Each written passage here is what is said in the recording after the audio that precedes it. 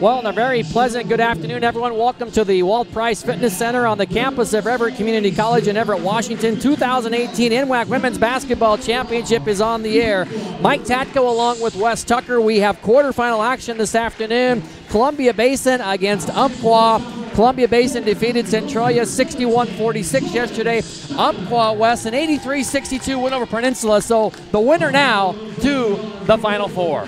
Well, we saw a couple of great games, a couple of lopsided ones as the final minutes of the last quarter drew to an edge. Both teams winning by an excess of 20 points. So we're going to see two very dynamic, high-scoring offenses going here and two defenses that have also been fighting it out to the very last second of play as well. So I'm excited to watch this one. It should be good. It's the first of four matchups today. Lower Columbia and Bellevue follow, and then later on Everett and Big Bend and Walla Walla and Lane. The winners come back next Saturday for Final Four action. Take you through the starters for Columbia Basin. Sabin Ko, a 5'10 freshman from Woodinville, Washington. Aspen Fyander, a 5'5 guard from Kennewick, Washington, a sophomore. Alexis Castro, a freshman from Granger, Washington. She's 5'3. Also, Charlotte Graham Bernisto, a 5'3 guard, a freshman from Hilo, Hawaii. And Sarah Ramirez, a freshman from Hermiston, Oregon, 5'8". For the Umpqua Riverhawks, coached by Dave Strickland, they are 29-1. They line up like this. Jordan Stotler, number 10. She is a 6'4 freshman from Roseburg. And Taylor Strickland, a 5'11 freshman from Sutherland. Stotler actually is a sophomore. Is on the very first possession. It's a putback by Dejanay Powell. It's quickly 2-0. Powell, also a starter, 6'3", and a sophomore from Oakland, California. Also in the lineup, Bria Thames, a 6' sophomore from Portland, Oregon, Westview High School, and Alyssa Grenfell, a sophomore, 5'9", from Hillsboro, Oregon. So the turnover by CBC, and it goes right back to the Hawks, and they want to run, Wes. Boy, it's been a really fast pace. Like you said, scoring right off the bat, right after tip-off. And you mentioned Powell earlier. It's truly a dynamic player in the paint, but a lot of people don't realize that she's got the good mid-range, too, as well. So while you got to be careful about her up near the basket, you also got to manage the threat away as well. A 26-point effort yesterday for Powell, and again, the Hawks unable to convert here. We have the Hawks and the Riverhawks. Umpqua is in the white jerseys as you look at it down below. And going from right to left, Columbia Basin is in the dark blue. They wore more of a sky blue yesterday, but they're in the navy today, and they open in a tight man-to-man defense out front, and there's going to be a pushing foul called on Aspen Fyander. It'll be her first and the first team. It could be really interesting, Wes, because as you said, both teams want to pressure. Both teams want to run.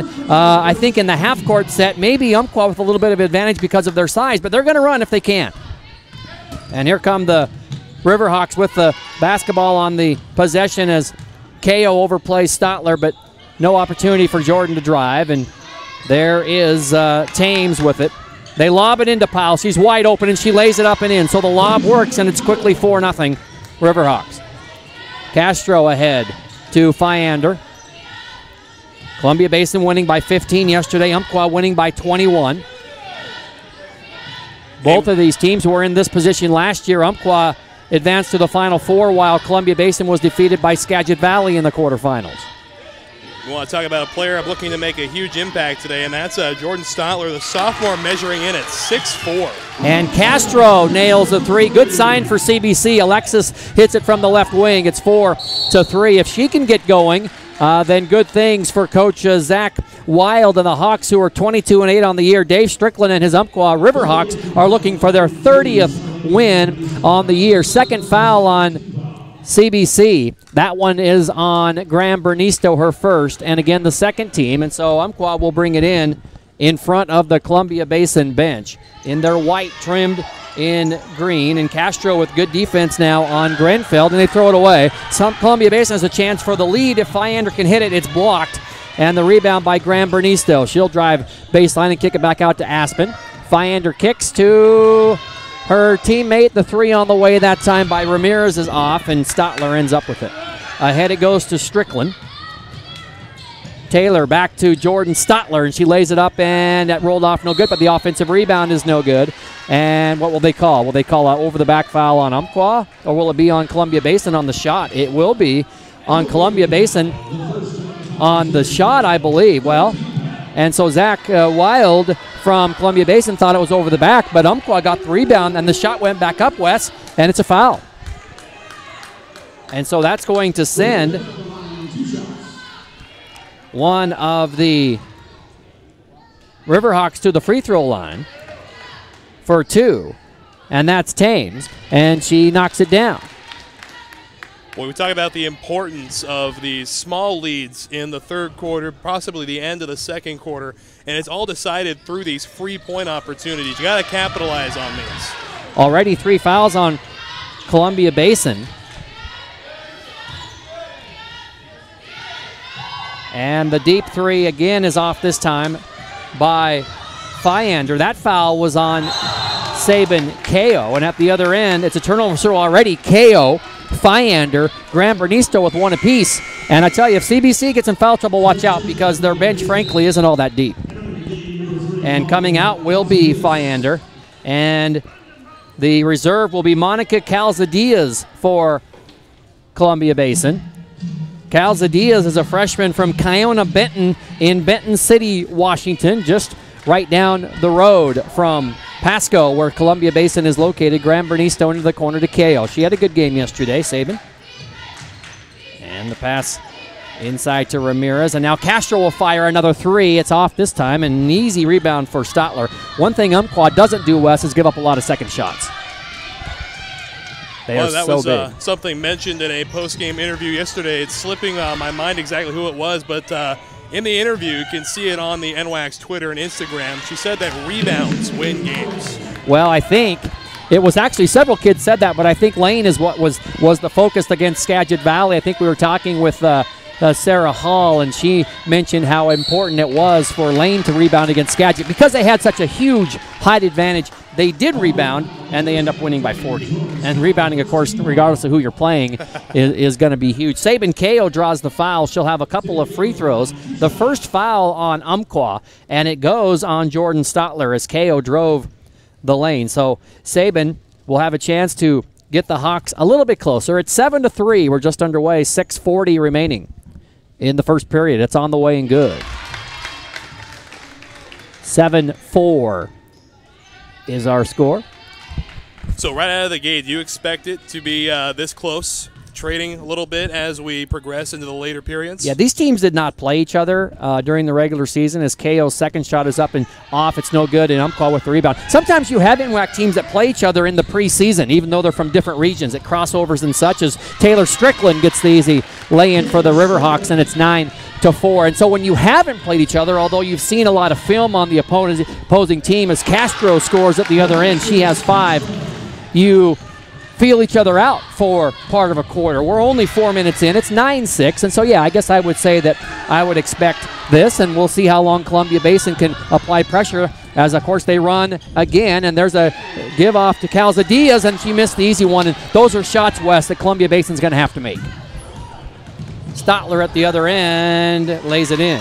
Jordan Stotler has 4. Don't know if everybody saw that, but just in front of the media table, a referee was taken out just in front there. The player to be named later just took a little header down there. That was actually Fyander. And all 3 officials are moving well, though, again, so apparently it was not something too serious, as a cross-court pass from Stotler to Strickland. And now back to Jordan, and she fires from 3, and she knocks it down. Stotler, her first 3, and all of a sudden it's 14-6. It does not take long, Wes, for Umpqua to go on a run. That is very evident. 5:15 remains in the first period, and it's 14-6 in favor of the Riverhawks over the Hawks. Graham Bernisto into Ko, and it's poked away by Stotler, and then Stotler is fouled. And that foul is going to be on Ramirez, and so 5 different Hawks, check that, 4 different Hawks have a foul, and the basketball goes back over to Umpqua, and a couple of Hawks sit down, Ko and Ramirez, and Coach Wild will go with Catherine Bayham, who really played well off the bench yesterday, and Caitlin Hosfeld also has an opportunity to come in for Columbia Basin. Driving is Grenfell, and a lob inside to the new Umpqua player in the game, which is Marilee Jones, and it's thrown away, and it goes back to Columbia Basin. 4:51 to to go. And a timeout on the court. We're just underway in our first quarterfinal. It's Umpqua 14, Columbia Basin 6. We're back to Everett after this timeout.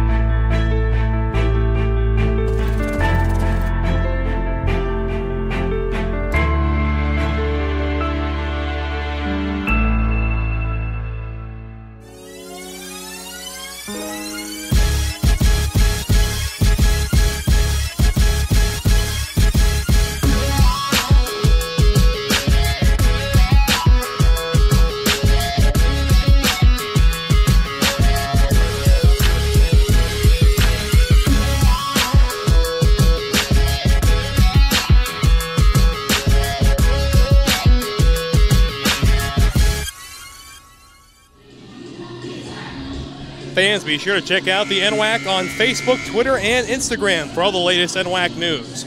Also, visit nwacsports.org for the most recent information on scores, stats, and more.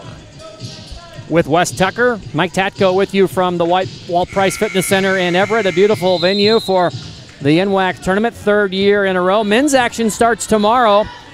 Big weekend of men's action. The women will come back next week, Saturday for the semifinals and Sunday for the championship game. Right here, the winner gets a berth in next Saturday's Final Four. They'll play at 6 o'clock, as the men will play first next Saturday. The women will play at 6 and 8 in the semis. And right now, Umpqua is trying to put away Columbia Basin in advance to that part, but Monica Calzadias for the Columbia Basin Hawks scores, and that makes it 14-8.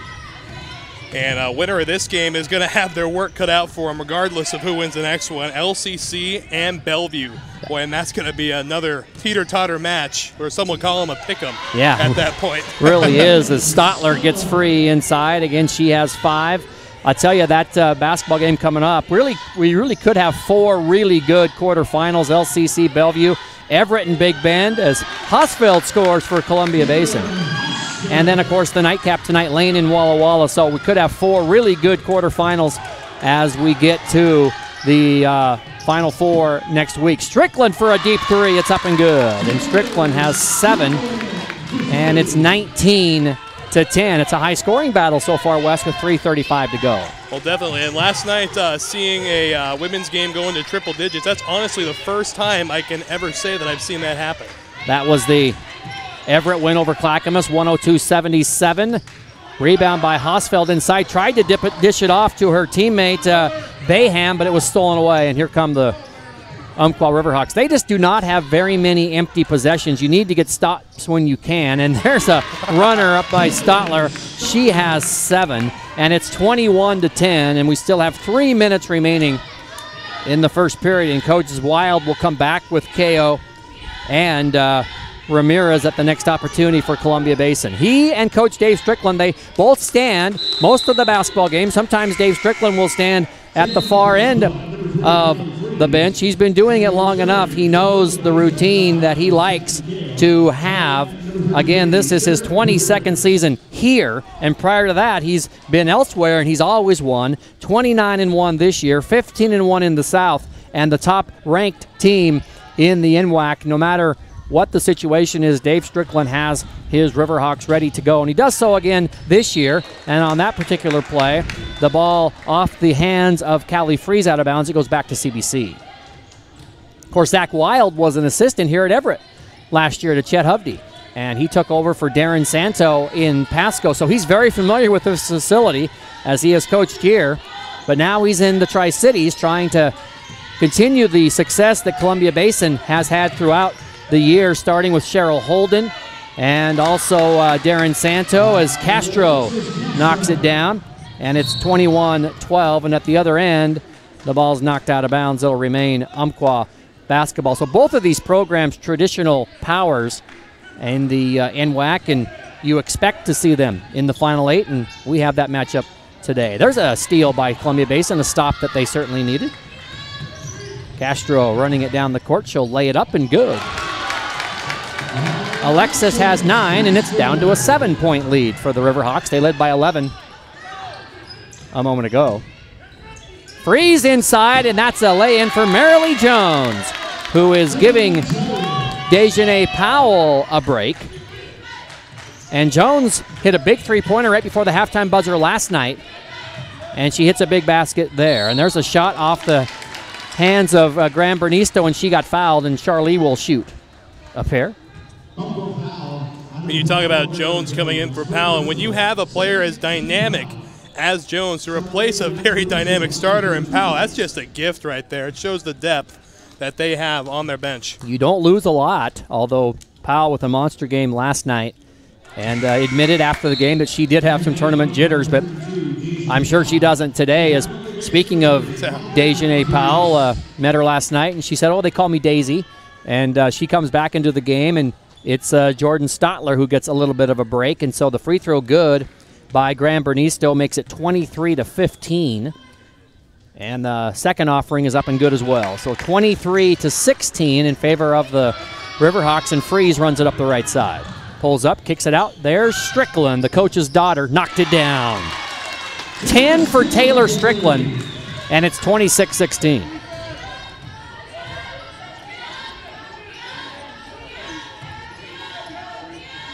Columbia Basin inside to KO against Powell, and it would not go. Her shot was altered, and Marilee Jones, ahead it goes to Strickland in the deep right corner, and she'll kick it to Freeze. And a lob to Daisy Powell. That was too hard. She missed the angle. She got her own rebound. It's a fight. It's a jump. And the held ball goes to the Columbia Basin College Hawks. 1:18 remains in the first period of our basketball game. And Monica Calzadillas will bring it in to Graham Bernisto. Castro has had a good first quarter with 9, but there are 3 Riverhawks with at least 6, and that balance is tough to overcome. Columbia Basin, the second team from the Eastern Division. Calzadillas for 3.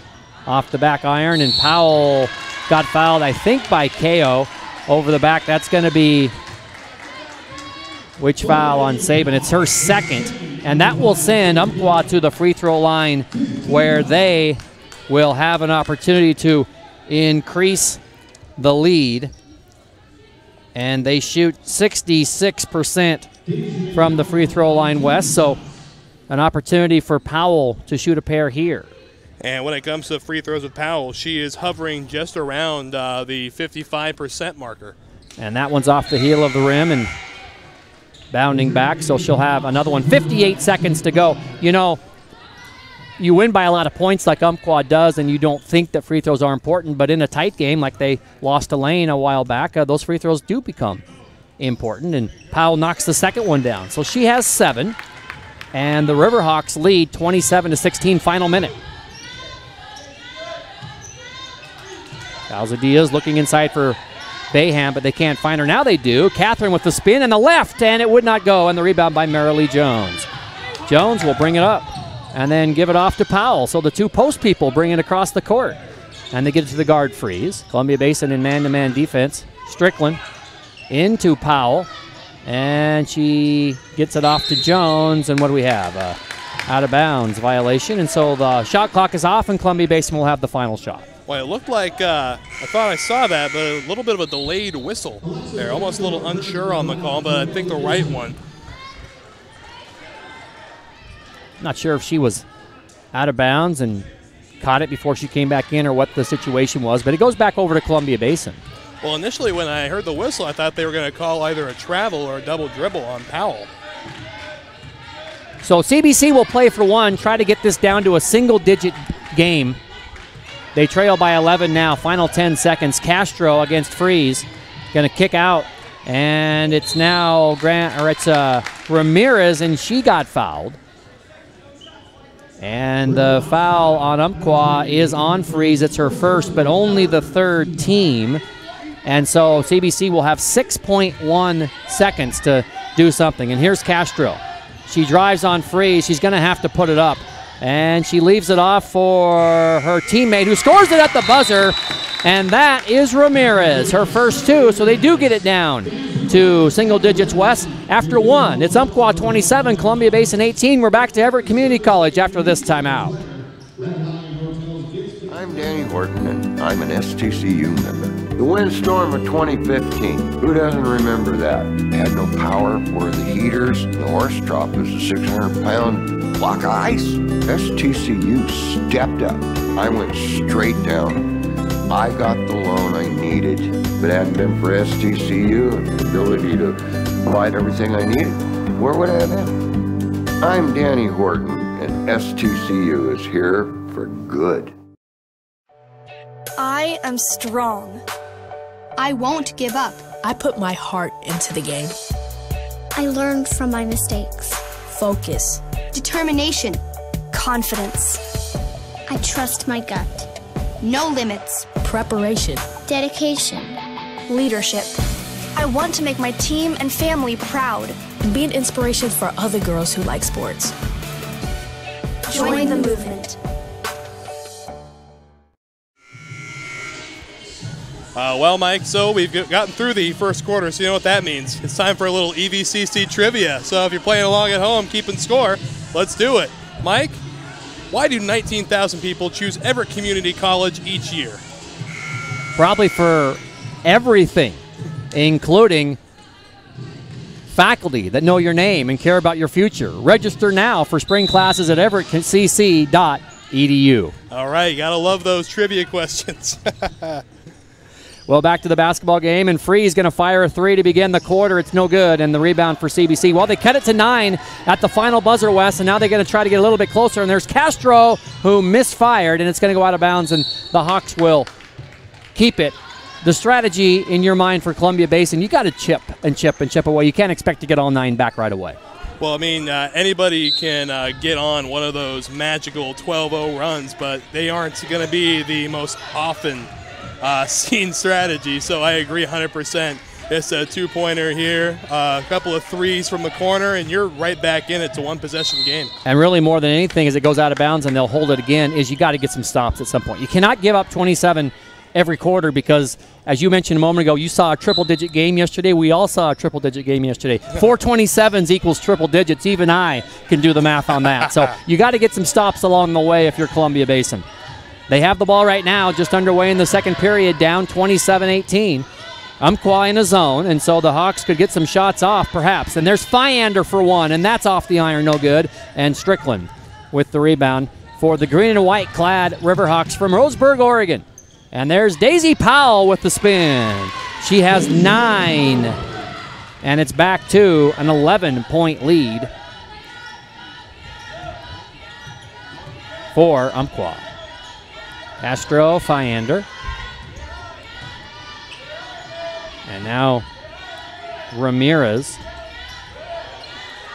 And Ramirez fires a deep three, and that won't go. And Umpqua wants to run, and there's Thames inside, and Bria puts it up. It's no good, but right there is Powell for the putback. Well, you can do all you want to try to stop her in the set offense, but it's hard to stop her putbacks. Oh, that's for sure. She has 11, and it's up to a 13-point lead for Umpqua. Castro in the key may have given up a 15-footer. Instead, she tried to get into Ramirez, and it was stolen away. And now Umpqua with it back. Thames going to drive, and it's taken away by Gran Bernisto. Ahead it goes to Alexis Castro. She'll lay it up and get it.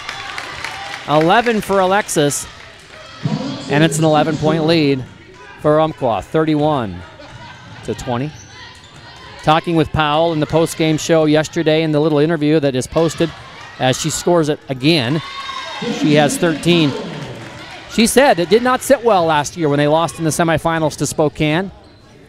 And they were disappointed in that and have a score to settle this year as she swats the ball down and then she helps up Sarah Ramirez. Columbia Basin will keep it. And right there, that's what the NWAC is all about. Just a history of great sports, no matter what the sport right there. You saw the truly vicious swat right there. Great defense, and immediately reaches to help her opponent up. Yeah, there's no taunting. There's no looking in your face and saying, you know, I got you there. She reached down. She was the first person to come to her aid, and we continue on with 15 on the shot clock in a 13-point game.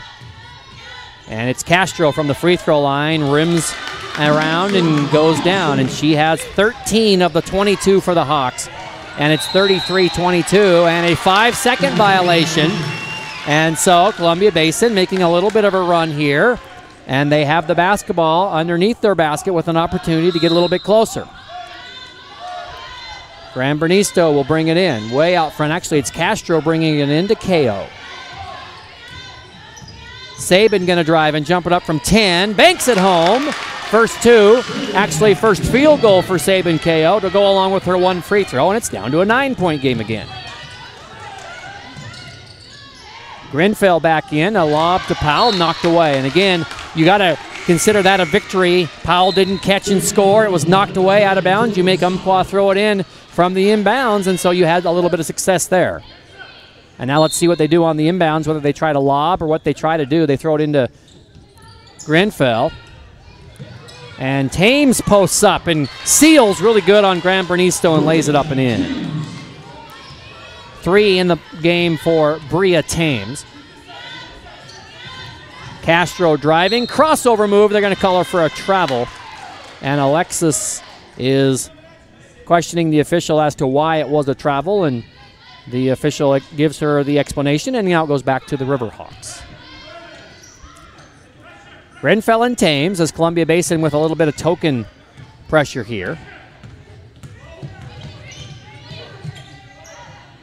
And now a lob to Powell, and they just do not have the height to deal with her. They just don't have the height to deal with her, and it's 37-24. Powell, of course, 6'3". And Columbia Basin does have a 6-footer, but she's not in the game. That's Nialat Guish. And they may end up having to put her in the game eventually because Bayham is the other tall player on the CBC team. She's 5'11". She's not currently in the game. KO is 5'10". She's probably one of the most athletic kids in the entire NWAC, and they have her guarding Powell now. And then meanwhile, Freeze fires a 3. It's no good, and Castro has the rebound. 13-point Umpqua lead. And Castro missed it, but Umpqua traveling on the rebound.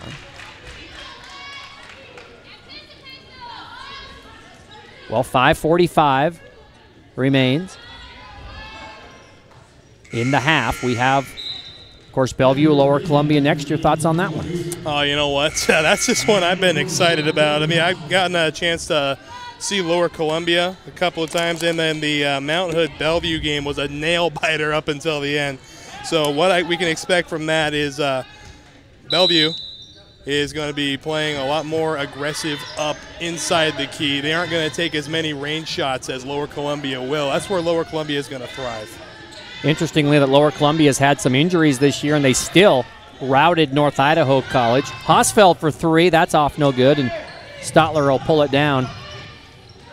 Surprised at how well they played against a pretty good North Idaho team without their entire squad, but Lower Columbia potentially on a mission, and they'll face Bellevue. And I really expect that to be a dandy. That's coming up next. And oh, absolutely.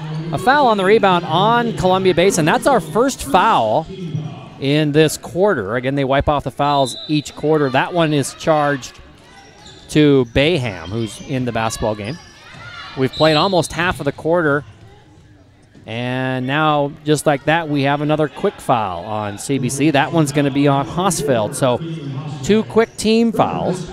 In the evening bracket, we have Everett and Big Bend. Big Bend, a number 4, defeating a number 1 Grace Harbor 70-59, and Everett playing on their home court in front of their home folks, put up 102 on Clackamas as Jordan Stotler knocks down another 3. She has 10 points in the game to join Powell in double figures and also Strickland. So they have 3 in doubles, and it's a 16-point edge for the Riverhawks. Bayham blocked by Stotler, and ahead it goes to Freeze. And Strickland will have it popped away from behind by Fyander, but they'll keep the basketball.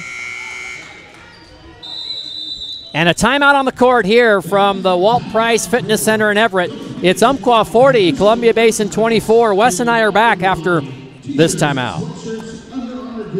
I'm Deborah Jackson. I work at STCU. During the windstorm of 2015, we were expecting that members would need any number of things. I was talking with a colleague. It popped into my head that why can't we do something to help offset that cost for our members and our community? So that day we came up with the Get It Fixed loan. Everyone was on board with it. It was done that day. Being part of this community and involved and invested as we are, when we see a need like that, we take the action. I'm Deborah Jackson, and STCU is here for good.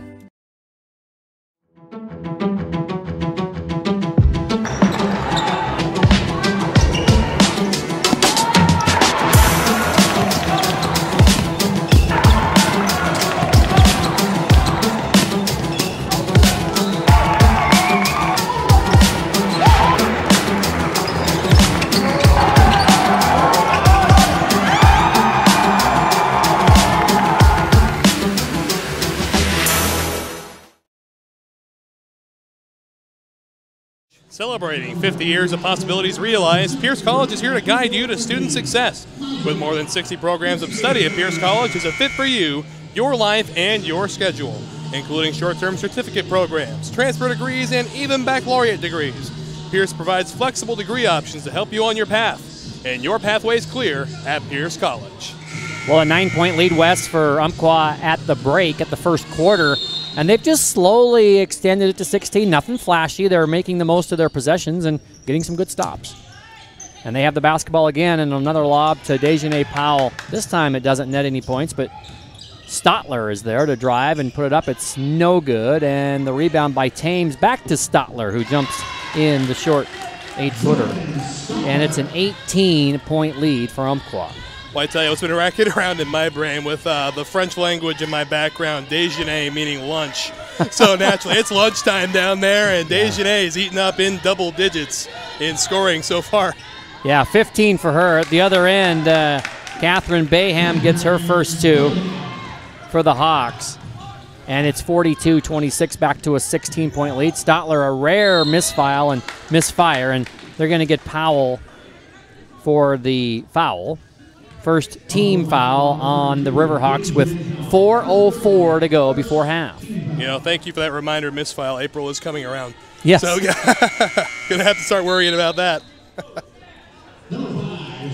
And now Castro comes back in as Graham Bernisto will get a break, and Ramirez will sit down, and KO back. Also Hosfeld, Bayham, and Fyander joining Castro. That's the 5 on the court for the CBC Hawks. Sabin past Powell, jumps it up from 12, rattled off, and the rebound comes down to Stotler. And ahead it goes to Grenfell.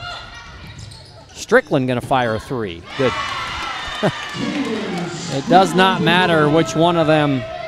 They are all on, and it is a timeout called, and it is 45-26 in favor of Umpqua with 3:35 left in the half. Life is about moments. If you fight, I fight. If I fight, we fight. You be there and watch what I do when the bell rings.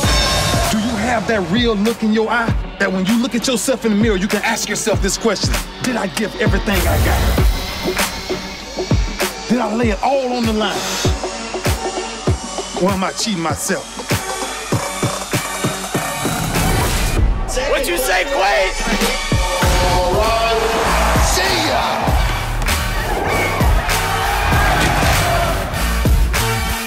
Right at it, right at it. Oh! He's done it again!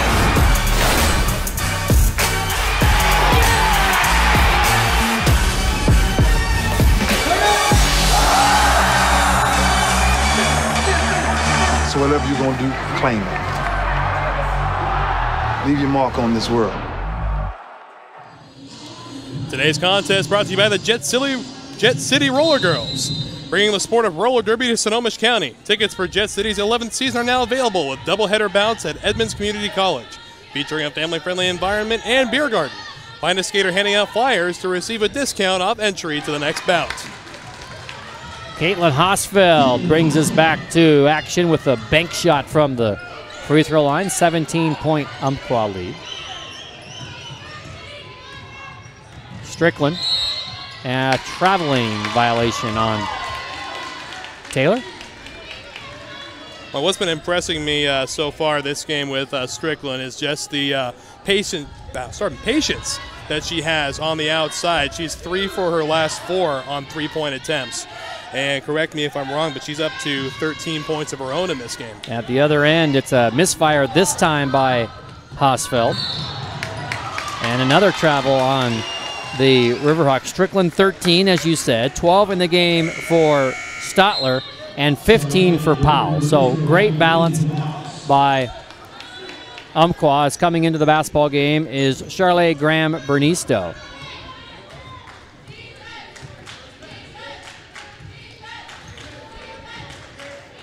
Lower Columbia Bellevue coming up next. And we'll have some halftime guests from Lower Columbia, it appears. Looks like we may get a special guest appearance by Athletic Director Kirk Rowland as well. Can't go wrong interviewing Kirk. Oh, not at all. Misfire, but an offensive rebound, and now Hosfeld again from the free throw line, and that rims out, and it's not good. And so the Riverhawks have it back. Grenfell, and they're going to talk about it to see if it was tipped. The Riverhawks thought it was tipped, but the officials say no, it was not, and so it's out of bounds to the Columbia Basin Hawks, and Sabin Kao will bring it in with 2:16 remaining. 17-point Umpqua lead. They scored 27 in the first quarter, and they have 18 here. And the miss and the rebound by Umpqua, but the ball is stolen away, and Columbia Basin gets another chance, and here's Castro. Castro fires a deep three. It's short. Castro, with 9 in the first quarter, held to 4 here, as Umpqua has tightened the defense on the guard from Columbia Basin. When I tell you, when you got a 6'4" player like Stotler in front of you, shooting that three just seems darn near impossible, especially the hand right in her face, just able to get it away and just short of the net. They lob it into Powell, who missed the shot, but she was fouled, and so 2 free throws coming for Dejanay. And the foul on Hosfeld, her second, and the third foul on CBC with 1:36 remaining, a 17-point lead for Umpqua. And the free throw is a little bit short. Freeze comes back in, Callie Freeze. And getting a break is Alyssa Grenfell.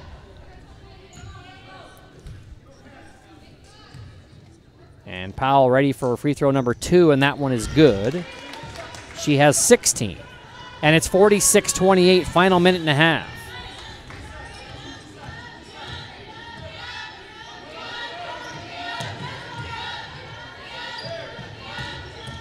Sabin Kao, a 12-footer, was blocked. She wanted a foul, didn't get it.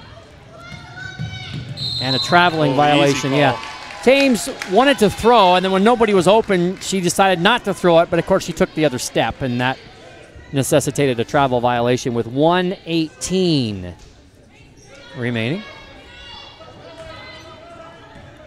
Columbia Basin was able to cut it to 9 at the end of the first period, and they're trying to get a little closer here before the half. Bayham, and she traveled, is good.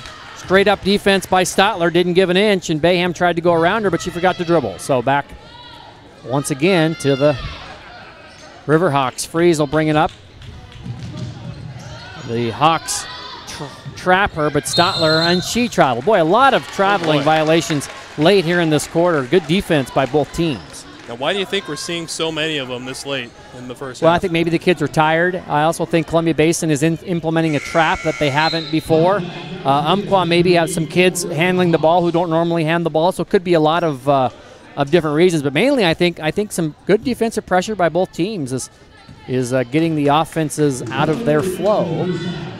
But still an 18-point edge for the Riverhawks.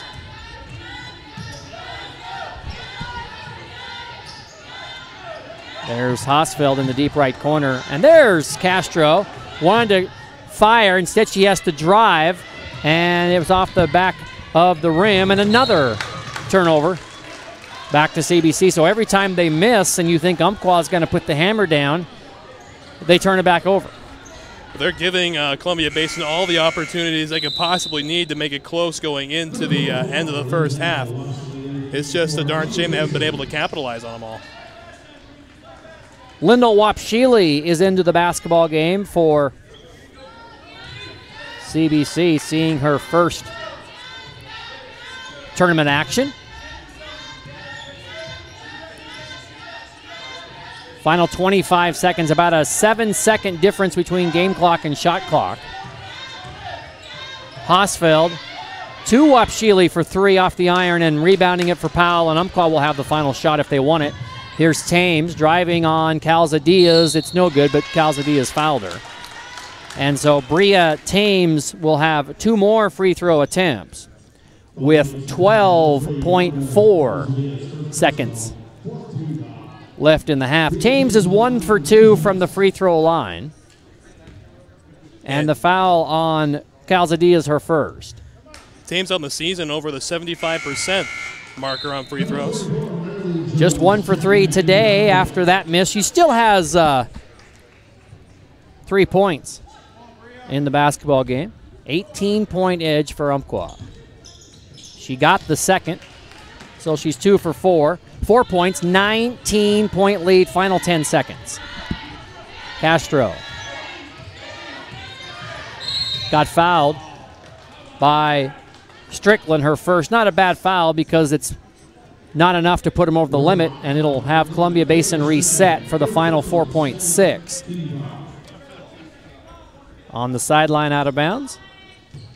Down below us and to the right, and nearly a steal, but it knocked out of bounds by Strickland, and that took 0.9 seconds, and now they're down to 3.7.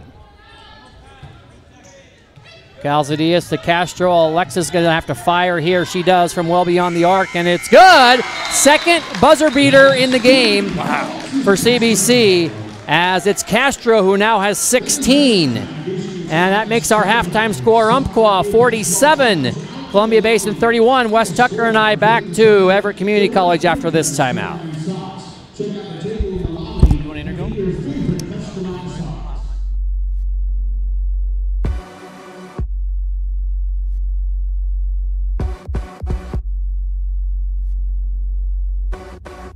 Training is definitely making myself better, but I know that it's going to end up making my teammates better.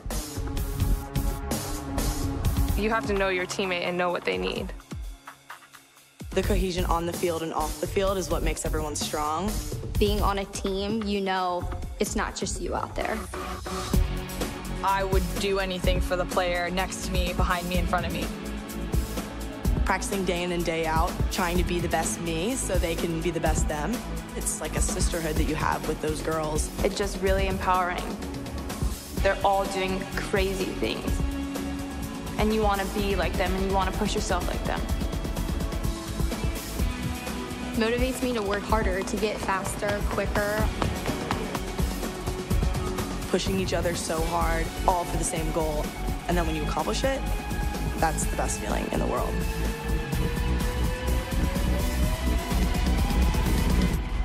Once you tap into that, I think you're unstoppable.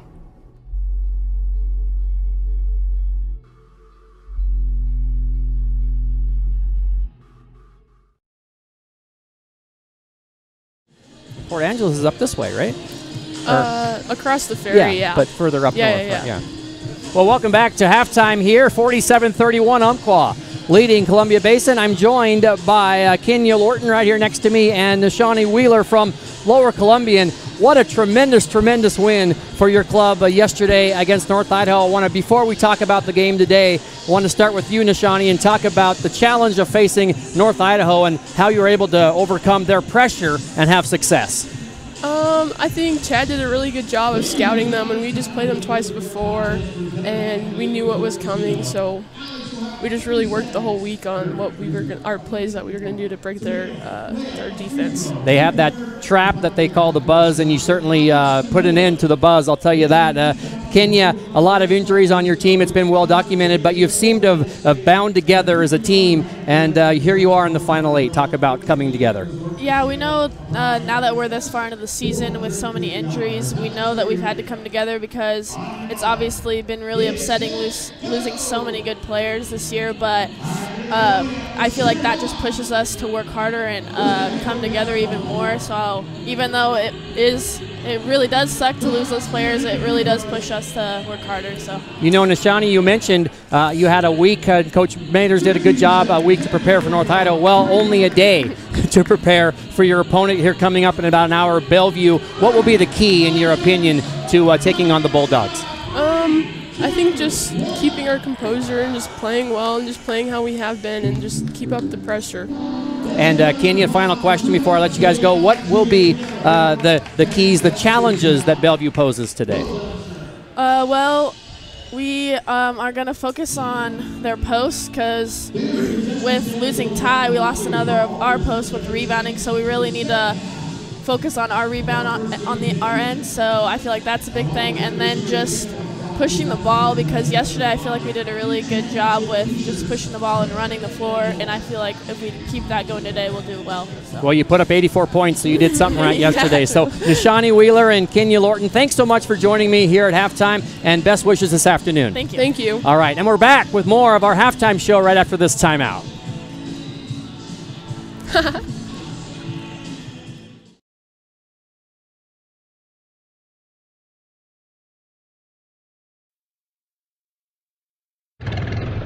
Historic, unique, exciting. As challenges continue to test the mettle of Americans, your community has to depend on willing citizens just like you to answer the call and respond to local disasters and other times of crisis. You may be surprised to find out who we are and what we do. In fact, it could actually be your story too. The Air National Guard. From the arrival of the first colonies in the New World until today, communities across America have depended on their own local patriotic citizens to be available for extraordinary challenges as a part-time militia guard. For over 300 years, they have been in every war and rushed to the scene of every natural disaster. At the turn of the 20th century, when airplanes were used for various military needs, the State National Guard units flew for domestic use as well as preparing for wartime needs. December 7th, 1941, a date which will live in infamy. It soon became clear. Well, welcome back to halftime. Umpqua leads Columbia Basin 47-31. We have our guest from Bellevue College. Molly Dixon is right next to me, and Brenda Akoto is here. Thanks for stopping by. We'll start with you, Brenda. A grinder yesterday against Mount Hood, 61-57, one of the lowest scoring games in the tournament, but you made some big baskets in the fourth quarter when you had to. Kind of recap that game for us. I think we definitely, that was a chance for us to get the jitters out. It was a little bit of a slow game, but I think we just need to, in the next game, since we've gotten the jitters out, to really play our game.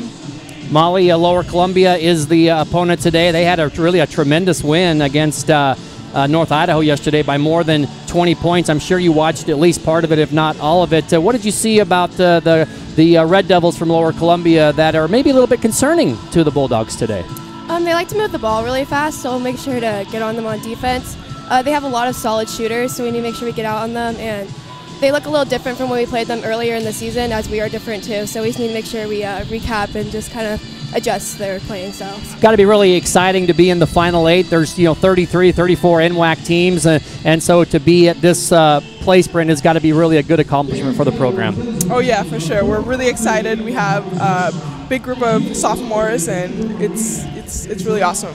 What do you tell the freshmen who haven't been here before about how to prepare for an atmosphere like this? Because there's probably more people here than maybe you play in front of during the regular season. Can you give them any guidance as far as this is how we're going to approach it? It is kind of hard to adjust. The biggest thing I could say is just to slow down and try to treat it as a regular game. Like we've played at Everett in conference, so just kind of treat it like a conference game. All right, well, Brenda Cotto and Molly Dixon, we want to thank you for stopping by this afternoon. Congratulations on your win yesterday, and best wishes today against Lower Columbia. Thank you. Thank you. All right, and we're back with more of our halftime show right after this.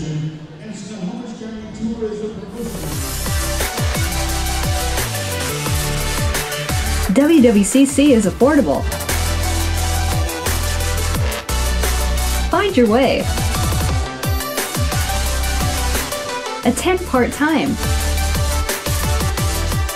Direct transfer. Join the fun at WWCC.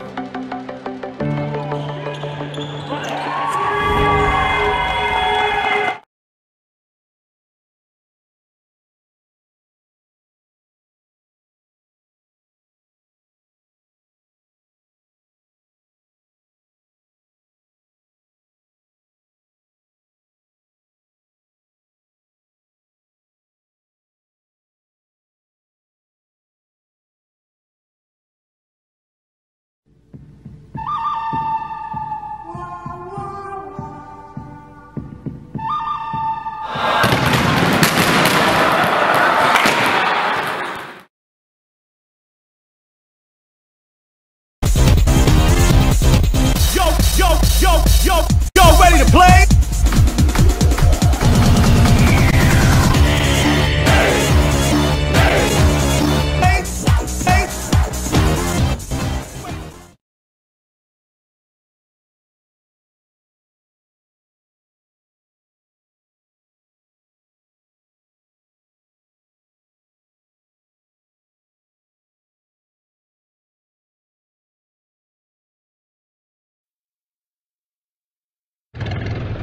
Historic, unique, exciting.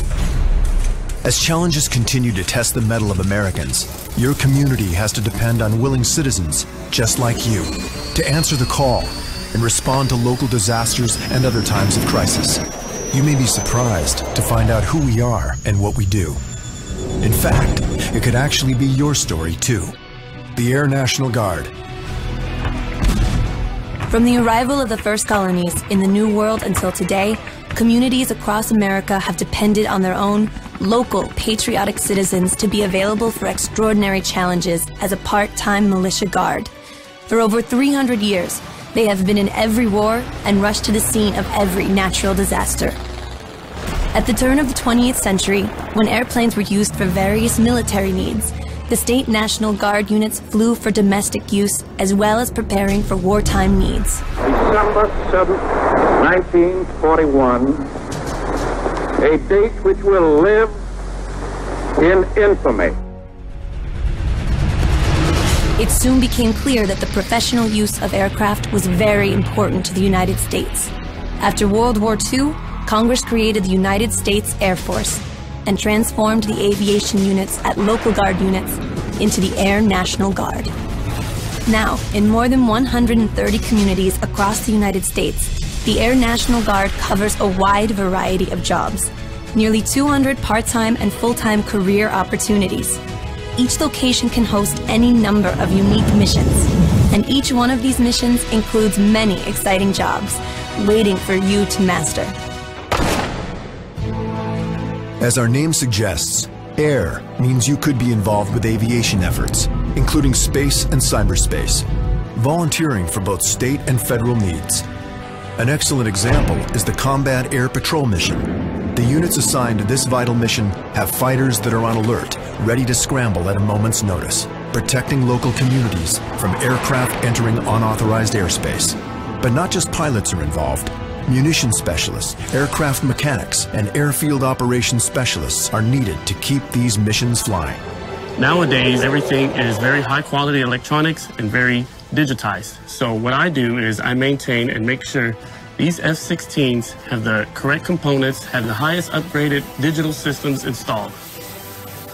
In recent years, through remote technologies, serving overseas may actually take place at your local Air Guard unit. You could be protecting ground troops overseas or carrying out other missions through remote piloted aircraft and space satellite operations.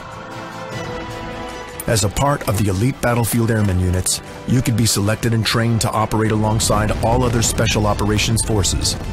With your rigorous training and exceptional talents, you can be expected to go beyond the front lines, identifying enemy targets, protecting troop movements against ambushes, and rescuing military and civilian personnel trapped behind enemy lines. The Air Guard also has several units where medics are trained and involved in aeromedical evacuation, a specialized flying triage mission, stabilizing and protecting military members and civilians injured during any number of conflicts or natural disasters. And since all of these operations occur in the air, a variety of weather specialists, from traditional weather forecasting all the way to battlefield weather specialists, are needed to ensure operations are conducted safely and successfully.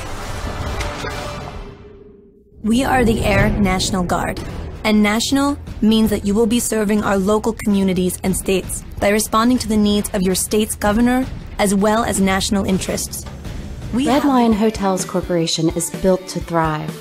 With innovative programming and in-the-know staff, our hotel brands offer guests great stays and a chance to immerse in local culture.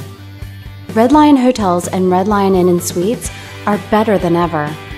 For travelers who want to get lost and discover adventure, we open the door to the best local experiences. We have reinvented the loyalty program. Introducing Hello Rewards, the first recognition-based loyalty program that encourages members to go further, fly higher, travel better, with tailor-made rewards. And we're not stopping yet. Presenting Hotel RL, our newest hotel brand. Inspired by the natural beauty of the Pacific Northwest, an uplifting, relaxed atmosphere, a staff that loves what they do. For adventurers at heart, Hotel RL will inspire an amazing journey. Our future has never been brighter. 3 strong brands, an expanding portfolio, industry-leading innovation with turnkey solutions, simple fee structures, areas of protection, continued support from day one. We make partnerships easy. Reach a new breed of traveler with RLHC.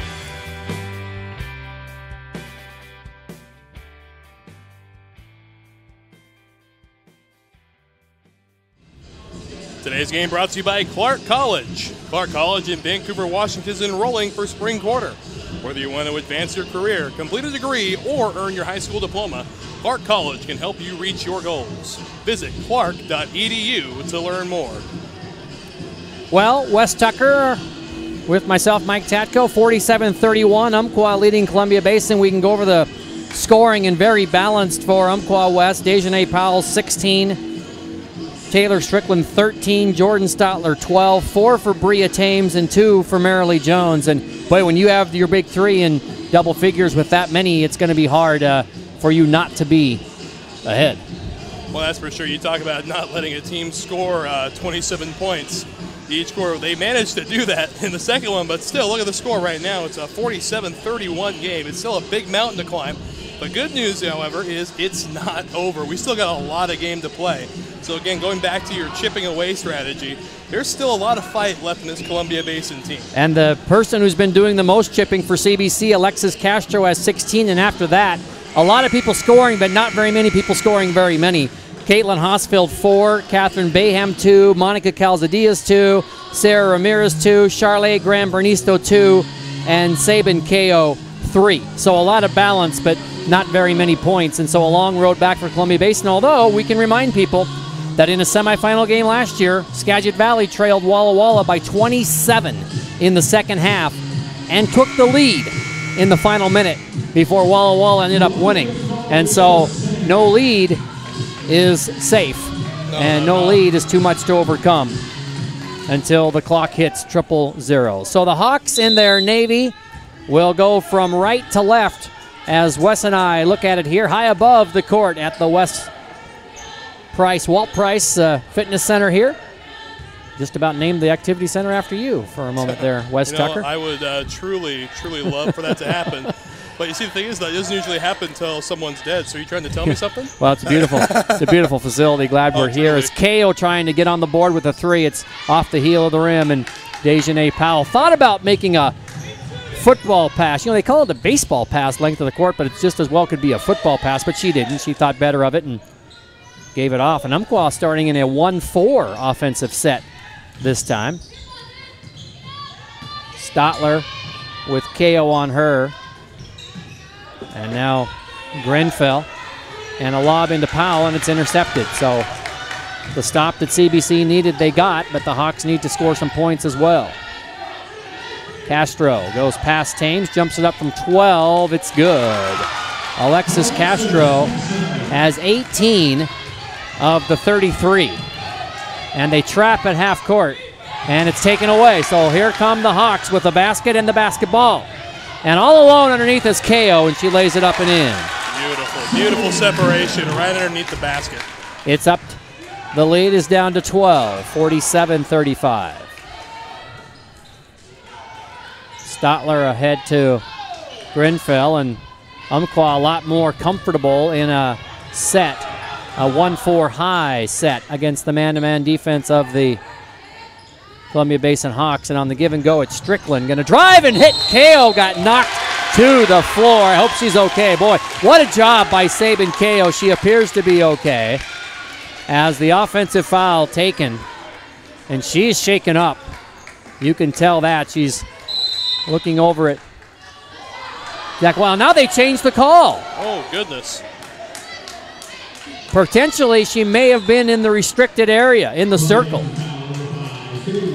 Wow-wee. So Sabin KO took the charge, hit the deck,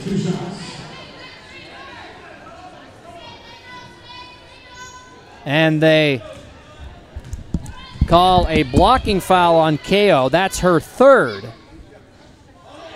And the first team foul. And the free throw by Strickland is no good. What a turn of events. Not only do they not get the basketball, but they pick up the third foul on KO, who is still in the game, but she'll have to be very careful on both ends of the court. She has the ball. Now she drives and puts it up, and it's blocked. And at the other end, it's Thames with the rebound. And down it goes to Grenfell. A lob to Powell, and the turn, the spin, and the basket. 18. And it's 49-35. And KO caught the basketball, but on the boundary, and it goes back to Umpqua.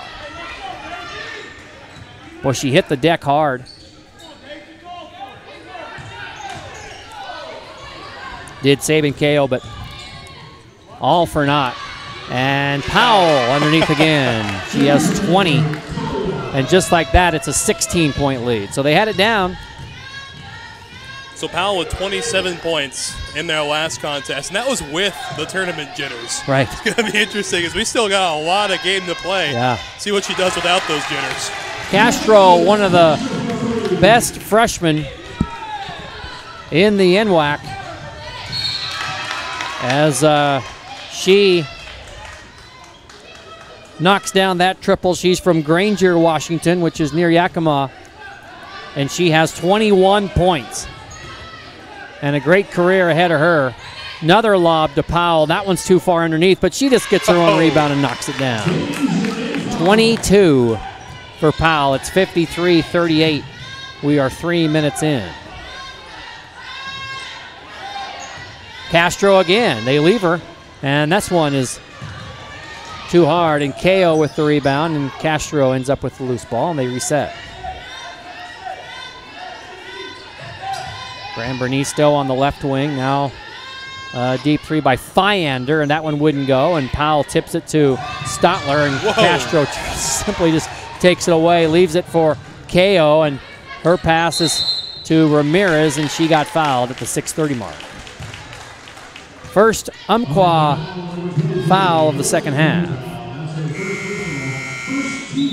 And coming back in for the Riverhawks will be Callie Freeze.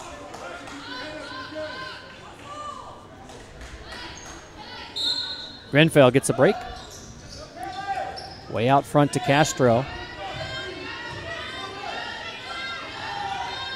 Baseline jumper KO. High arching shot. And Powell there for the rebound, and nearly another steal on the trap, but Freeze comes away with it. They still aren't across the timeline. And what do we have? A 10-second violation. If you look at the shot clock, it's at 19, so that means actually it went down to the 10-second mark, and they call the violation, and it goes back to Columbia Basin.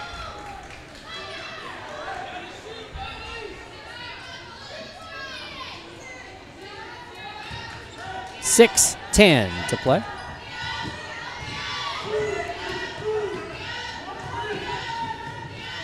And Castro from the free throw line. Shooters roll.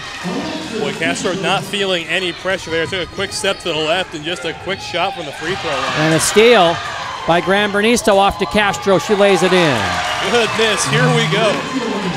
And how about this? Nearly another one. They have it down to 11. They're just trapping all over the court.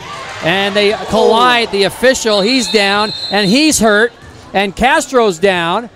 They're both down right at midcourt. They pick up Alexa, but the official is still down, grabbing his left, what appears to be knee or Achilles tendon. Will have a break here as they need to get the medical staff out. And Castro appears to be limping it off as well. She's running on the baseline, and we'll have more on this when we return to Everett Community College. Umpqua by 11. We're back after this. You know you're more. More than a number. More than living paycheck to paycheck. You're a multitasking life engineer full of experience. That's why you belong here, where you'll find more one-on-one attention from faculty, with programs that can lead to in-demand jobs, and the support you need to get where you want to go, all at an affordable price. Get started now. Edmonds Community College, edcc.edu. WWCC is affordable. Find your way. Attend part-time. Direct transfer. Join the fun at WWCC.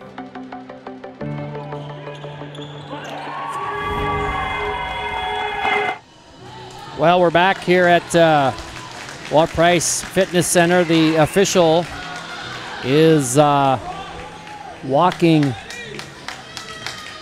it off toward the trainer's table. That is Brandon Lorraine, who is heading down there. Pat Zink and Brittany Lassiter, the other two officials. I don't know if they wait for an alternate or if they do a two-man game. The supervisor of officials is over there visiting with Pat, and Brittany is making her way over there along with Zach Wild, the head coach of Columbia Basin.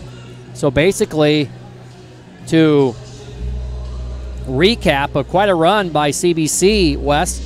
They cut it to 11, continued to trap and press, trap and press, trap and press, and on the last possession, it was a collision between the official and Castro, and we'll have a chance to look at it here on our monitors. There's 5:40 left, and you'll see it here on our replay as we're up here. She went for the steal. She tried to take it from Jordan Stotler, and she ran right past Stotler and ran right into the trail official right at half court. As the inbounds after the press, it was Thames who got it back to Stotler, who drove down the right side. Castro went for the steal, and they just collided. It's almost like they hit knees. Anyway, so the official is over underneath on the NWAC, underneath the blue tent that you can see on the right of your screen. He is getting attended to. Meanwhile, head coach Dave Strickland is visiting with the head of the officials along with Pat Zink, one of the officials, and our other official, who is Brittany Lassiter. They have already conversed with Zach Wild from Columbia Basin, so unsure as to whether they're going to continue with two or whether they're trying to wait for one of the other officials to get ready. 5 minutes and 40 seconds remain in the third period of a 53-42 lead for Umpqua. And the officials now are making their way back to the court. Standing at half court is the third official, Brandon Lorraine, and now we do have a alternate who comes out of the locker room and to a rousing cheer from the crowd. Well, you just gotta hope that Brandon's okay under that 10. I mean, we couldn't show you all at home, but just taking a look over here at our monitor, it was a nasty collision there. And you also gotta hope that the player involved, Castro, is okay as well. We saw her limping a bit after she got up, and she was running some lines over by the baseline. Right, we got to keep our eye on Alexis as well. So now Umpqua with the basketball, 53-42, and the lob is stolen again by CBC, and they have numbers 2-on-1. It'll be Castro laying it up and in, and it is down to a double-digit lead. Castro with 11 in this quarter, and it's down to 9, 53-44. Lob to Powell. She turns, she shoots, she scores. Powell has 24 in the basketball game, and it's 55-44. Midway through quarter three.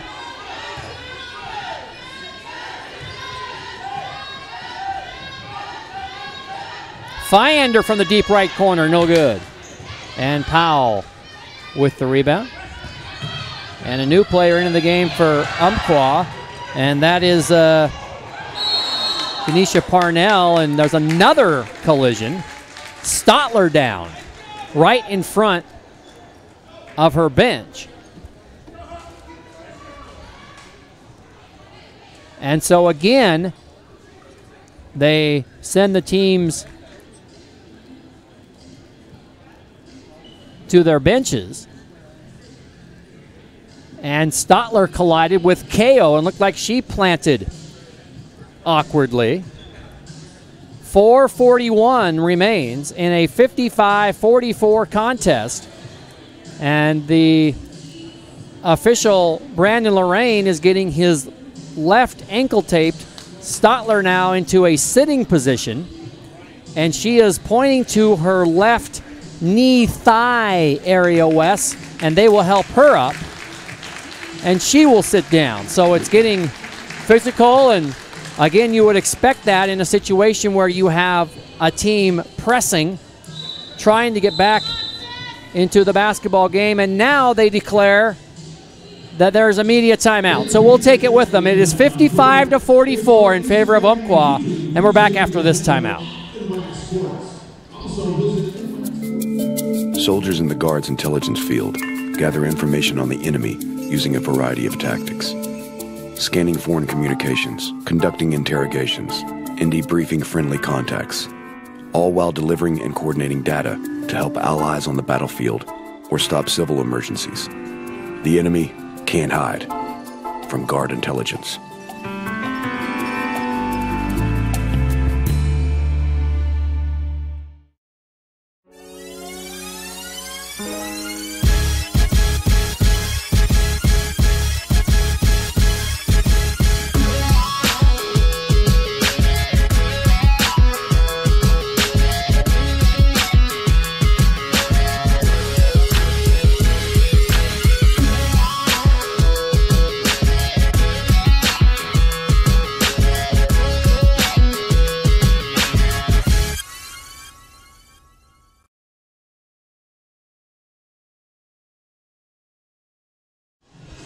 Fans, be sure to check out the Northwestern Athletic Conference on Twitter, Facebook, and Instagram for all the latest NWAC news. Also visit NWACsports.org for the most recent information on schedules, scores, stats, and more. Well, Wes Tucker, just when we thought we had a rout on our hands, 47-31 at half, we've had all kinds of activity in the third quarter, a collision between a player and an official, a collision between a CBC player and Portland State-bound Jordan Stotler. She appears to be okay. She's headed back to the bench and will sit and we'll see how long she sits out. Columbia Basin has cut a huge deficit down to 11, and they have the basketball, and Castro, a runner, that time missed. A rare miss by Alexis, who has 27 points, including 11 in this quarter. Umpqua has gone with another guard as another near steal. Tanisha Parnell is 5'5" and a guard from Cleveland High School in Portland. She's now in. Well, I tell you, this has truly been a different Hawks defense than we saw in the first half, just in this 5 minutes of the third quarter. They're playing aggressive. They're making it hard just to get out over the half-court line. Lob into Powell. She loses control, but Marilee Jones is there to pick it up and put it in. And it's 57-44. Castro to KO. Lob in, and Marilee Jones gets caught with a foul. Her second and the second team. A battle here, really, Wes, between Powell, who has scored all 10, actually 8 of the 10 points for Umpqua, and Castro, who has scored 11, although she misfired there. 11 of the 13. Another steal in the backcourt. KO will miss the hooking lay-in, and another steal by Saban. Goodness. Gives it off to Gran Bernisto. And now Castro will set as we approach the 3.5-minute mark. And Alexa thought about shooting it. Instead, she hands it off to Ramirez, who had her shot altered by Powell, and here come the Riverhawks. Trapping defense again, and Thames has it. And a lob, and knocked away again, and it will remain Umpqua basketball, and coming back in will be Alyssa Grenfell.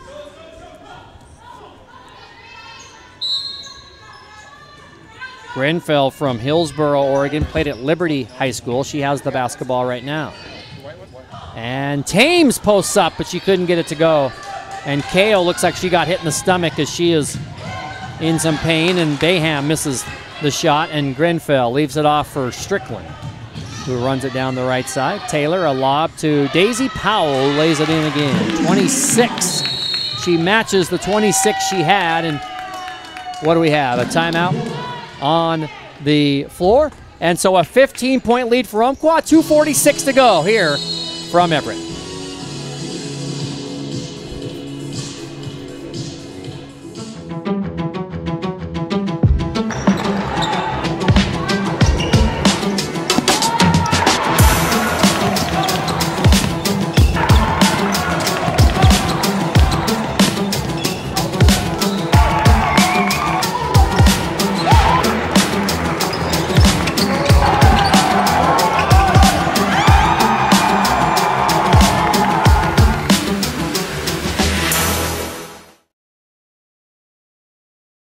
I'm Danny Horton, and I'm an STCU member. The windstorm of 2015, who doesn't remember that? Had no power, were the heaters, the horse drop was a 600-pound block of ice. STCU stepped up. I went straight down. I got the loan I needed. If it hadn't been for STCU and the ability to provide everything I needed, where would I have been? I'm Danny Horton, and STCU is here for good.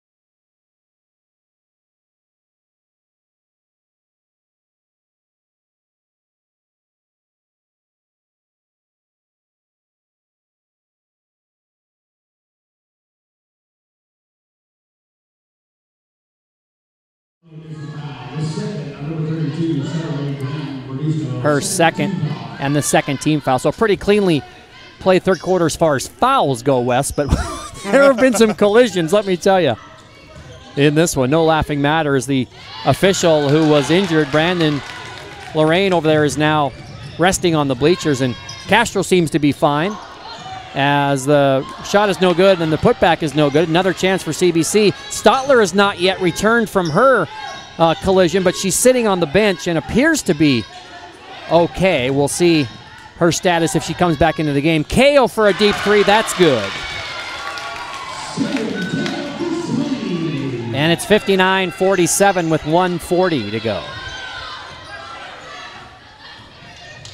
Jones will wait for her teammate Thames to get across the timeline before she feeds her. Man-to-man by CBC.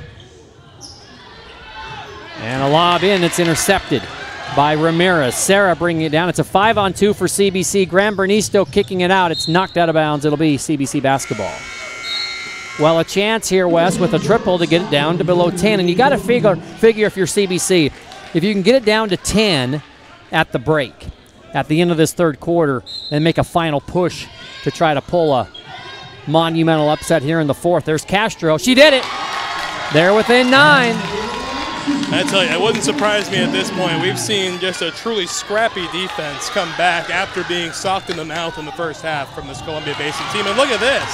Castro a steal. It's a 2-on-2, and she takes it in, lays it up, and she got fouled by Thames, and Alexis will shoot 2. She has 30 points in the basketball game, including 14 here in the third quarter alone, and an opportunity for her to get a couple more, and a timeout by Umpqua Community College. It's a 9-point game, final minute of the third period, and we're back to Everett right after this.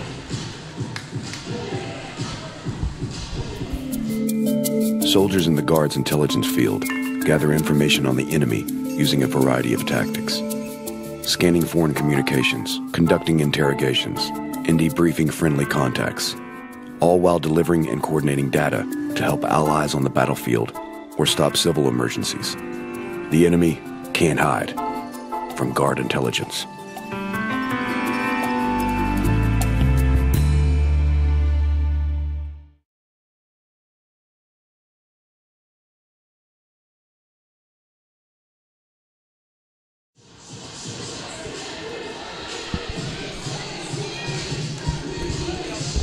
Umpqua led by 19 on 2 occasions in this game, Wes, and the lead is now down to 9. This is as close as they've been since in the first half. 47-28 with 14 seconds before halftime. And Castro gets the first one, and it's 59-51, and Castro has 31. And now it's down to 7. 59-52, final minute, and they continue on with the pressure. Stotler is back in the game, so everyone who has been involved in a collision is back except the official. Stotler is back, Castro is back, and the Riverhawks, another lob to Powell underneath, and another basket for Powell. We talk about Castro's 32. How about Powell's 28? 9-point lead. And there's about a 4-second difference between the game clock and the shot clock. 9-point Umpqua lead. It was 16 at half. And Bayham got free, and that one is no good. But the rebound and a foul. Sneaking in there is Ramirez. And she'll have a pair as we check the Umpqua foul. It's on Powell. It's her second, 5th team foul. But, of course, they'll wipe the fouls off at the end of the third quarter, and we'll start anew. But for Ramirez, here's a couple of free throw opportunities. She's not been to the line yet this afternoon. And she missed that one. Ramirez, a 66% free throw shooter coming into the basketball game. KO will get an extended break here. She'll get a break for the final 12 seconds and then a rest for the break between the third and the fourth quarter. And the second free throw is good by Ramirez at 61-53. And now coming in will be Nailat Guish, who is the tallest player on Columbia Basin's roster, and they need her to potentially guard the tall Powell, and potentially Guish at 6 feet could do that as Strickland drives in and Guish commits a foul with 4.4 seconds left, and that's going to send Strickland to the free throw line. Boy, and you call it, they had Guish right in front of Powell that whole time. It would not surprise me for defensive purposes if they put her in the fourth quarter to front Powell. What you do, though, is you give up some offensive production because Guish does not average very many points on the offensive side. Strickland is now 0 for 3 from the free throw line. Guish on the year gets 2.5 points a game, so obviously not someone they count on for scoring output, but she could play a big role in the fourth quarter, Wes, if they keep her in for defensive purposes. If they're able to keep Powell quiet, there's a true chance for a big comeback. Again, like you said, by trailing by 16 at the half. And 19 twice. And Castro fires it at the horn. That's the first time in the game they haven't made a buzzer beater. 3 quarters in the books in the first quarter final here, and it's Umpqua by 9 over Columbia Basin.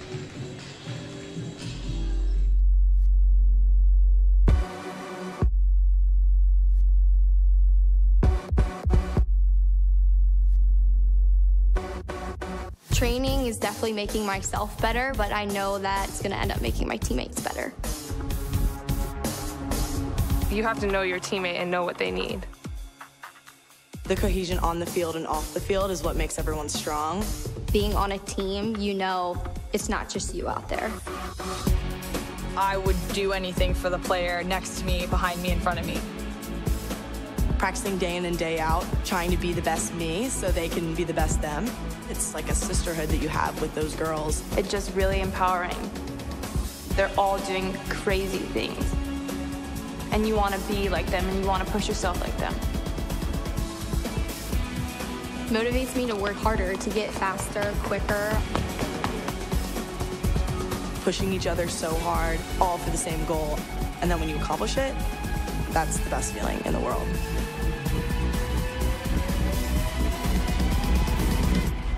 Once you tap into that, I think you're unstoppable.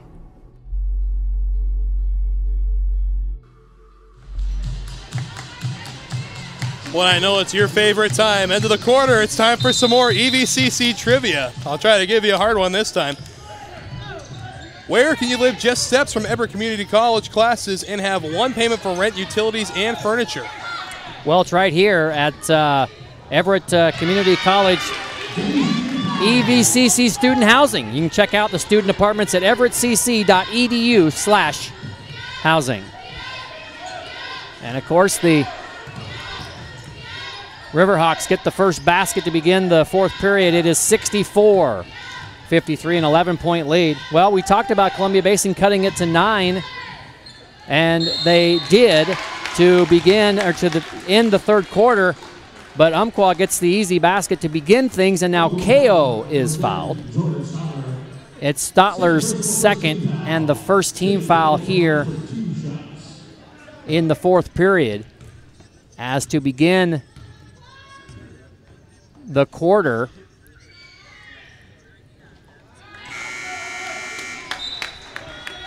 it was Powell who scored yet again. 30 points in the game for Powell as her shot was contested, and she still made that one. KO now 1 for 3 from the free throw line as she tries to cut this lead to 10. Well, when you take a look at some scores we had yesterday in the Sweet 16, Powell has outscored Centralia Community College by herself over these past couple of games. 26 yesterday, 30 today. And Castro leading the way with 32 in the basketball game. Greenfell with it for Umpqua, again against the pressure, and it's tipped away again. Another steal. Castro running up. It's a 2-on-3, and so Alexis will wisely pull it out, but they do not find her, and she fires a 3, and it rimmed out. It's amazing to me that after she gets done what she has done, they basically leave her alone for an uncontested 3, but she couldn't hit it. Strickland, she'd missed hers as well, and Thames runs it down and saves it way back out to Greenfield. Great job by Bria Thames to save that one in the right corner.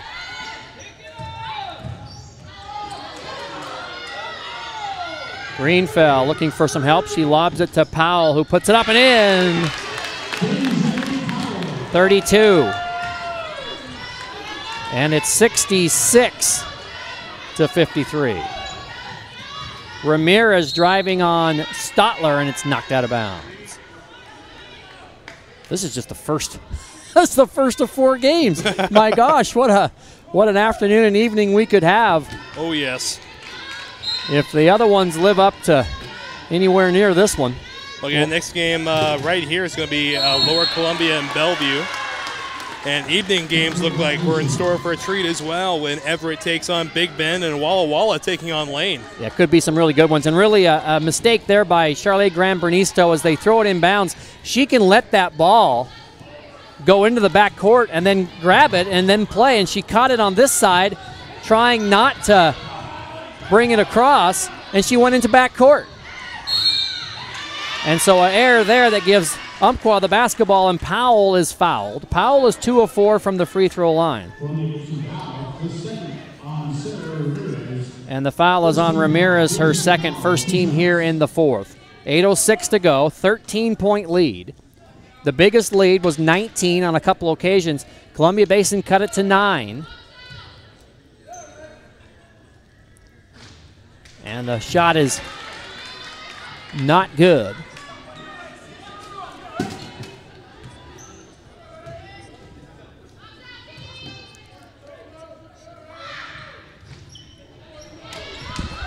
Actually cut it to 8 at one point, but she missed both of those.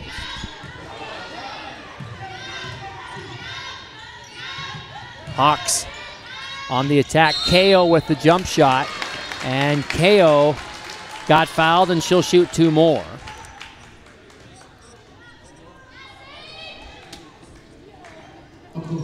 And that's Stotler's third. Second team foul. Sabin KO is 1 of 4 from the free throw line, trying to get the Columbia Basin Hawks a little bit closer. And that one is good. And it's 66-54. KO on the season, 52%. Sophomore from Woodinville. And the second free throw is good. It bounced high off the iron and fell through, and it's 66-55 with 7:50 to go. Greenfeld trapped and gets it off to Stotler. And back to Greenfeld. Like in a relentless defensive attack up front from the Hawks. And Greenfeld tried to go inside. It's a held ball as she was tied up there by Ramirez, and it goes back to Columbia Basin. Exactly 7.5 minutes left.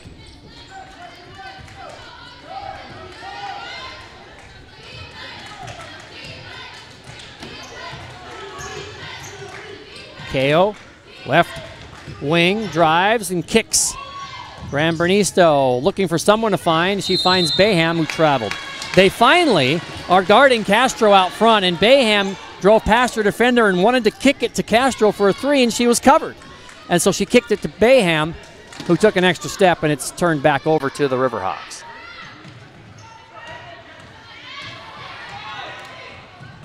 Taylor Strickland bringing it up to Thames, and Thames made the basket, but the foul is going to come before, and that's going to be on Graham-Bernisto, and that's her third.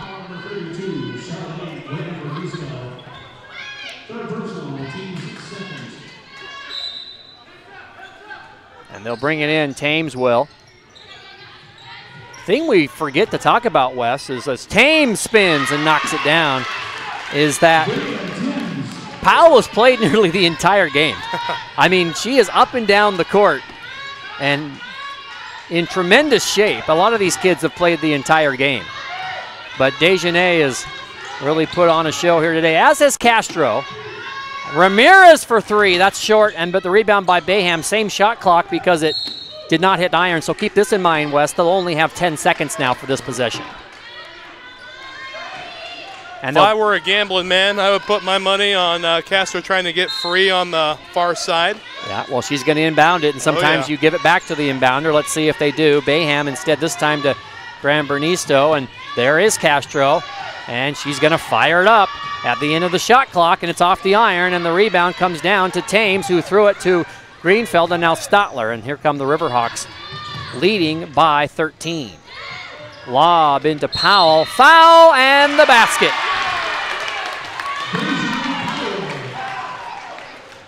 .34 for Desjardins Powell. Opportunity here to make it 35. And the foul on Ramirez, her third. And again, we've talked about it all afternoon, Wes. Just when CBC makes a run, they cut it to 9, and you look up there now, and it's back to 15 and could be 16 if Powell can't hit this one. And she does. 35 points for Daisy Powell, and a timeout for Columbia Basin. Umpqua by 16 with 6:22 to go. Back to Everett Community College after this timeout. My name is John Archuleta, and I'm a loan service bankruptcy officer with STCU. I help members that are struggling with their financial obligations. A lot of times people feel as if they're not good enough. Their finances are telling them that they should have known better. Our goal really is the financial health and well-being of the member. We are our members. Our members are...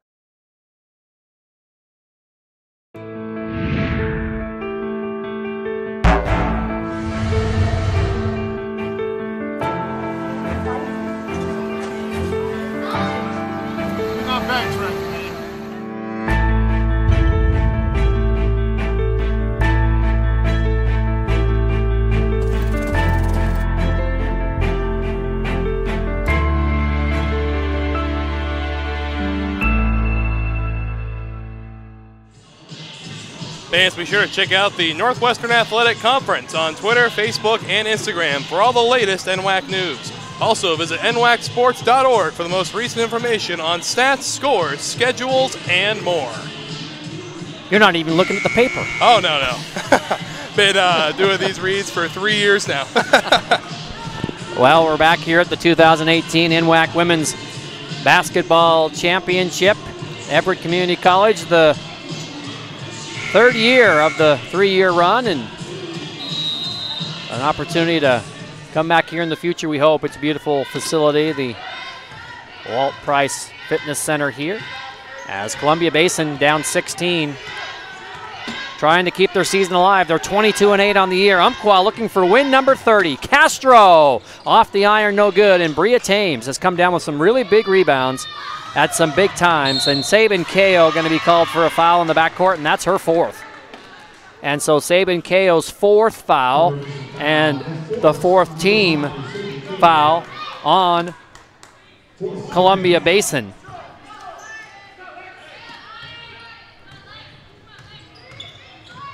Greenfeld guarded by Castro, and they lob it inside, and it's Strickland who gets the basket. That's her first field goal since way back in the second period.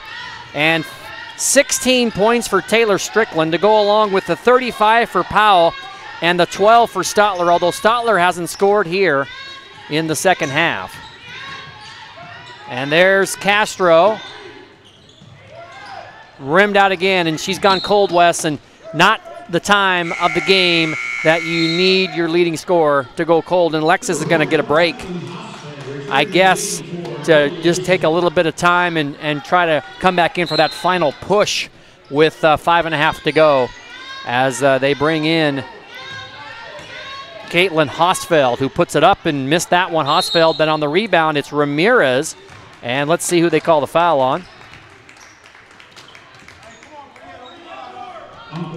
It's on Thames. It's her third, and the third team foul. So we're getting close to the bonus for both teams. And on the lob to Kao, it's tipped away, and Strickland has it. And she'll go all the way down, and she got fouled by Ramirez as she created the contact did Strickland.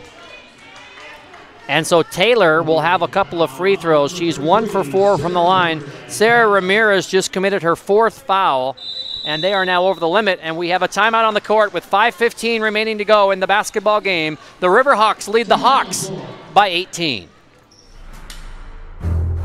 The Guard has over 50,000 wheeled vehicles in action. The vast fleet of Humvees, troop transports, and fuel tank trucks are always moving soldiers, gear, and equipment around the world, or delivering aid to civilians during domestic emergencies. Transport operators are essential in getting the Guard to where it needs to be.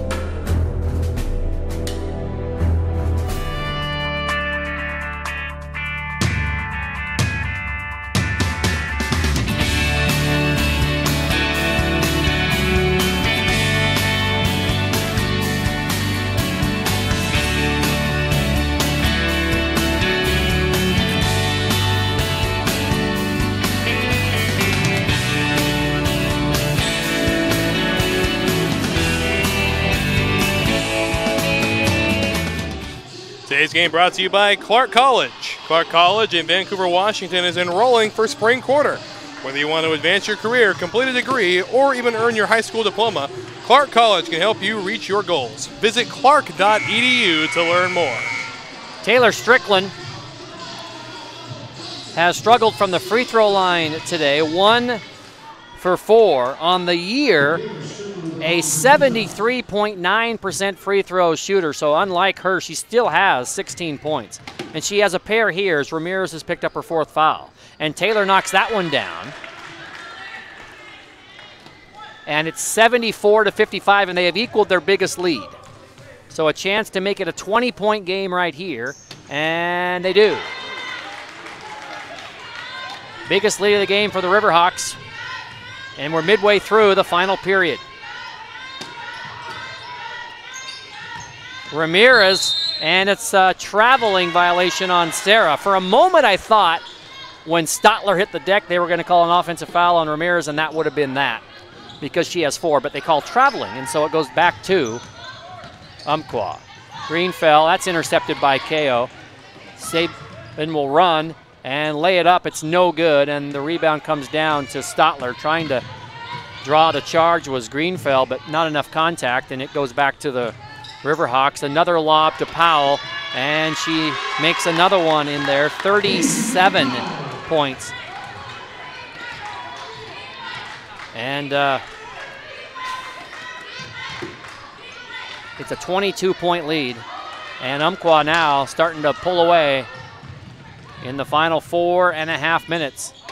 And all alone is Powell. Nobody touched her. And by my count, 39. Again, unofficial up here.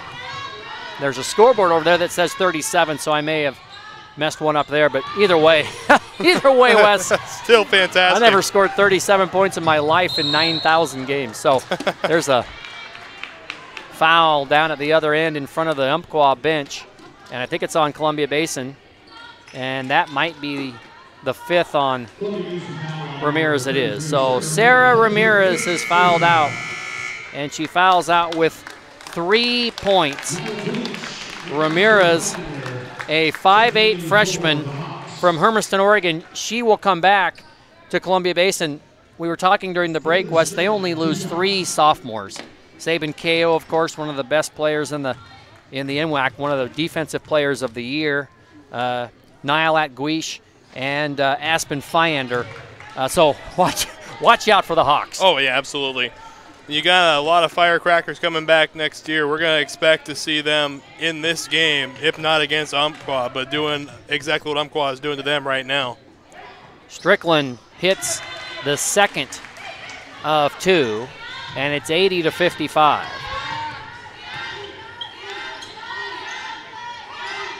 So as these final 4 minutes tick away, what needs to happen for an improbable comeback here? Well, they need to get stops, and we've talked about them having to get baskets, but more important than that, they need to get stops, and they haven't really had that type of success as Powell blocks Guish's shot out of bounds. And they're going to have to really have points on every single possession.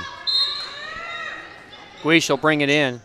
A long pass batted out of bounds by Taylor Strickland. Our friends from Lower Columbia down there on that side of the press table getting ready to broadcast their game on radio back to the folks in Longview. Graham Bernisto got a 3. Well, that's a start. That's her first three-pointer of the day. She has 5, and it's 80-58. And for those fans who are not able to listen to Longview Radio, you can catch that game broadcast right here on STSPN and the NWAC Sports Network. Powell with another easy basket. And KO got fouled on her way through, so she'll have 2 more free throws as we check the Umpqua foul. It's on Stotler. It's her 4th. So KO, who has 10 points, will have a pair here. And it's no good, in and out. It was a 9-point game after 1. 16 at half. They'd cut it back to 9 at the end of the third quarter, but couldn't get closer. As Umpqua has scored 20 points this quarter to just 6 for CBC as KO hits the second free throw to make it 82-59, and now coming in is Lindell Wapshili. And KO will sit down.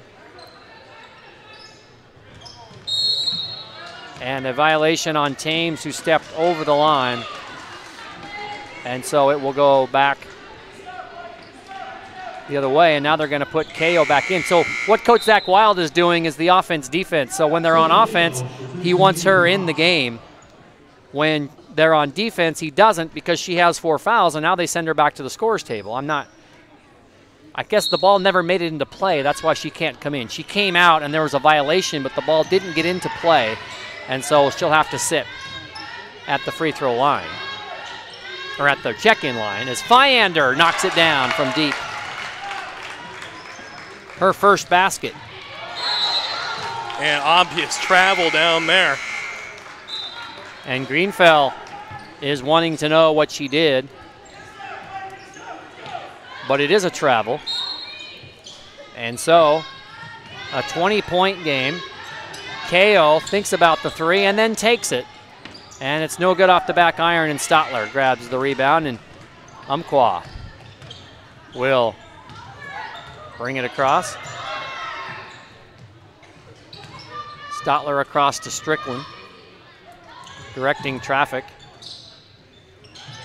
Always looking for that lob to Powell. There she is again on Guiche. She put it up, she missed it, and she got fouled. So even when she misses, she gets fouled, and she'll have a couple of baskets.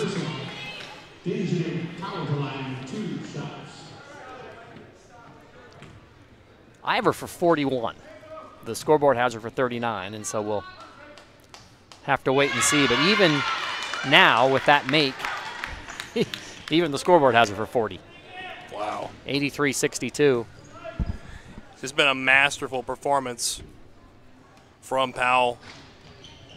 Missed the second, and Thames gets the offensive rebound. So when they don't score, they either get fouled or they get an offensive rebound. And they'll run some clock here the final 2 minutes. They give it to her again, and another basket. Why settle for 2 when you can have 3, am I right? 85-62.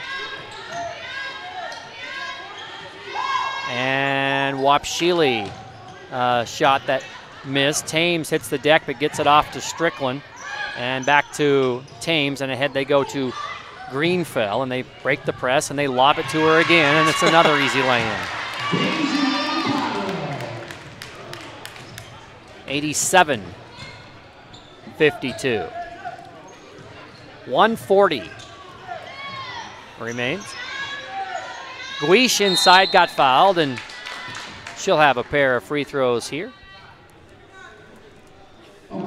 Well, Wes, I think Columbia Basin just ran out of gas. Absolutely. So with the score resting as it is, a little safe to talk about some probables here. So Columbia Basin will be facing either Lower Columbia or Bellevue. So who do you think is going to fare best against this this Umpqua team? Yeah, I mean, as Squeesh hits the free throw, they're both going to have to find somebody to stop. Obviously, Powell inside, but you got to contend with the other ones as well. I mean, it's not just Powell. Yes, she's has almost 50 points tonight, but 2 others in double figures. And that's Stotler right there who knocks one down. I mean, they are the real deal. They have the full team, and whoever is the victor, as KO fires from the top of the key and it does not go. Whoever is the victor in the next game is going to have their hands full, but they'll have a week to prepare. That's the other thing. Oh, you know, they're not coming back till next Saturday, so it's not like they got to play them tomorrow. As a foul on KO, and that will end her career for Columbia Basin. A fine career it is for the sophomore from Woodinville, who gives the teammates checking in hugs along with her coach, Zach Wild.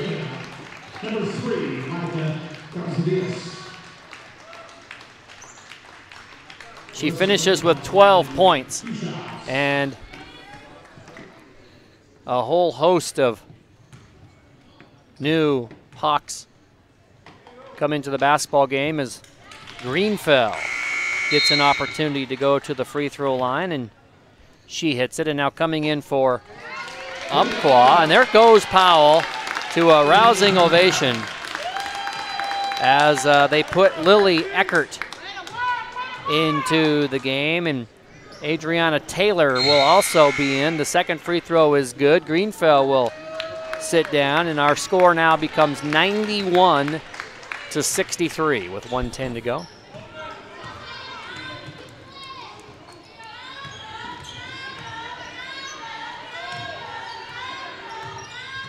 Bayham will.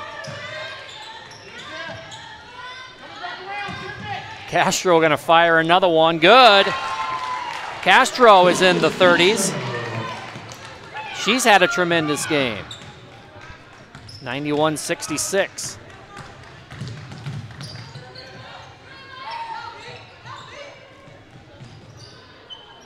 Final 45 seconds, about a 20-second difference between game clock and shot clock. 91-66 our score. It's a 25-point edge and a foul on Hosfeld, and that will send Stotler to the free throw line. Stotler has not been to the free throw line.